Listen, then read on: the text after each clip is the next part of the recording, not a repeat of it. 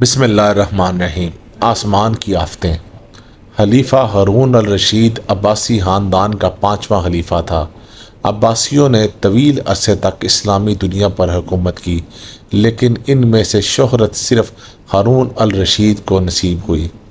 ہارون الرشید کے دور میں ایک بار بہت قحط پڑ گیا۔ اس قحط کے اثرات سمرقند سے لے کر بغداد تک اور کوفہ سے لے کر مراکش تک ظاہر ہونے لگے۔ ہارون الرشید نے اس قحط سے نپٹنے کے لیے تمام تدبیریں آزما لیں۔ اس نے غلے کے گودام کھول دیے، ٹیکس معاف کر دیے، پوری سلطنت میں سرکاری لنگر خانے قائم کر دیے اور تمام امراء اور تاجروں کو متاثرین کی مدد کے لیے موبلائز کر دیا۔ لیکن اس کے باوجود عوام کے حالات ٹھیک نہ ہوئے۔ ایک رات ہارون الرشید شدید ٹینشن میں تھا۔ اسے نیند نہیں آ رہی تھی۔ ٹینشن کے اس عالم میں اس نے اپنے وزیر اعظم یحییٰ بن خالد کو طلب کیا۔ یحییٰ بن خالد ہارون الرشید کا استاد بھی تھا۔ اس نے بچپن سے بادشاہ کی تربیت کی تھی۔ ہارون الرشید نے یحییٰ خالد سے کہا، استاد محترم، آپ مجھے کوئی ایسی کہانی، کوئی ایسی داستان سنائیں جسے سن کر مجھے قرار آ جائے۔ یحییٰ بن خالد مسکرایا اور عرض کیا، بادشاہ سلامت، میں نے اللہ کے کسی نبی کی حیات طیبہ میں ایک داستان پڑھی تھی۔ یہ داستان مقدر، قسمت اور اللہ کی رضا کی سب سے بڑی اور شاندار تشریح ہے۔ آپ اگر اجازت دیں تو میں وہ داستان آپ کے سامنے دہرا دوں۔ بادشاہ نے بے چینی سے فرمایا، یا استاد فوراً فرمائیے، میری جان حلق میں اٹک رہی ہے۔ یحییٰ خالد نے عرض کیا، کسی جنگل میں ایک بندریا سفر کے لیے روانہ ہونے لگی۔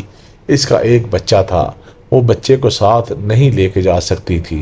چنانچہ وہ شیر کے پاس گئی اور اس سے عرض کیا، جناب، آپ جنگل کے بادشاہ ہیں، میں سفر پر روانہ ہونے لگی ہوں۔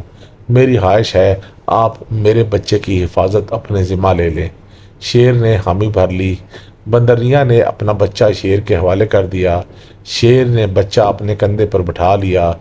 بندریا سفر پر روانہ ہو گئی۔ اب شیر روزانہ بندر کے بچے کو کندھے پہ بٹھاتا اور جنگل میں اپنے روزمرہ کے کام کرتا رہتا۔ ایک دن وہ جنگل میں گھوم رہا تھا کہ اچانک آسمان سے ایک چیل نے ڈائی لگائی، شیر کے قریب پہنچی، بندریا کا بچہ اٹھایا اور آسمان میں گم ہو گئی۔ شیر جنگل میں بھاگا دوڑا لیکن وہ چیل کو نہ پکڑ سکا۔ یحییٰ خالد رکا۔ اس نے سانس لیا اور خلیفہ ہارون الرشید سے عرض کیا، بادشاہ سلامت، چند دن بعد بندریا واپس آئی اور شیر سے اپنے بچے کا مطالبہ کر دیا۔ شیر نے شرمندگی سے جواب دیا، تمہارا بچہ تو چیل لے گئی ہے۔ بندریا کو غصہ آ گیا اور اس نے چلا کر کہا، تم کیسے بادشاہ ہو؟ تم ایک امانت کی حفاظت نہیں کر سکے۔ تم اس سارے جنگل کا نظام کیسے چلاؤ گے؟ شیر نے افسوس سے سر ہلایا اور بولا، میں زمین کا بادشاہ ہوں۔ اگر زمین سے کوئی آفت تمہارے بچے کی طرف بڑھتی تو میں اسے روک لیتا، لیکن یہ آفت آسمان سے اتری تھی اور آسمان کی آفتیں صرف اور صرف آسمان والا ہی روک سکتا ہے۔ یہ کہانی سنانے کے بعد یحییٰ بن خالد نے ہارون الرشید سے عرض کیا، بادشاہ سلامت، قحط کی یہ آفت بھی اگر زمین سے نکلی ہوتی تو آپ اسے روک لیتے۔ یہ آسمان کا عذاب ہے، اس سے صرف اللہ تعالیٰ روک سکتا ہے۔ چنانچہ آپ اسے رکوانے کے لیے بادشاہ نہ بنے، فقیر بنے، یہ آفت رک جائے گی۔ دنیا میں آفتیں دو قسم کی ہوتی ہیں، آسمانی مصیبتیں اور زمینی آفتیں۔ آسمانی آفت سے بچنے کے لیے اللہ تعالیٰ کا راضی ہونا ضروری ہوتا ہے، جبکہ زمینی آفت سے بچاؤ کے لیے انسانوں کا متحد ہونا، وسائل کا بھرپور استعمال اور حکمرانوں کا اخلاص درکار ہوتا ہے۔ یحییٰ بن خالد نے ہارون الرشید کو کہا تھا، بادشاہ سلامت، آسمانی آفتیں اس وقت تک ختم نہیں ہوتی جب تک انسان اپنے رب کو راضی نہیں کر لیتا۔ آپ اس آفت کا مقابلہ بادشاہ بن کر نہیں کر سکیں گے، چنانچہ آپ فقیر بن جائیے، اللہ کے حضور گر جائیے، اس سے توبہ کیجیے، اس سے مدد مانگیے۔ دنیا کے تمام مسائل اور ان کا حل، صرف ان کے درمیان ایک فاصلہ ہوتا ہے، جس طرح ماتھے اور جائے نماز میں۔